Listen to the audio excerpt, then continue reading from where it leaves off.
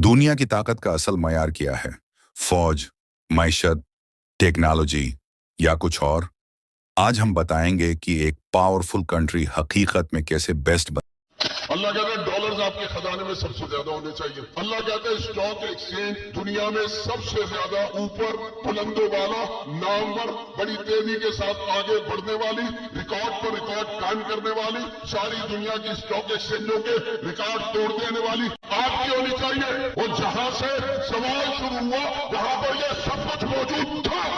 जब रातारी उठे, जब जंगेज आया, जब हलाकू आया, मुख्तलिफ अतराफ से आकर मुसलमानों पर हमले शुरू हुए, कई लोगों के मुल्क तबाह हो गए, बर्बाद हो गए। उस वक्त यह सब कुछ मौजूद था, सारी चीजें मौजूद थी, माल भी था, दौलत भी थी, वसाइल भी थे, सोना भी था, चांदी भी था, खजाने भी थे, गलबा भी था, फौज भी थी, लश्कर भी थे, सब कुछ था। ऐसे नीचे आते चले आगे गए।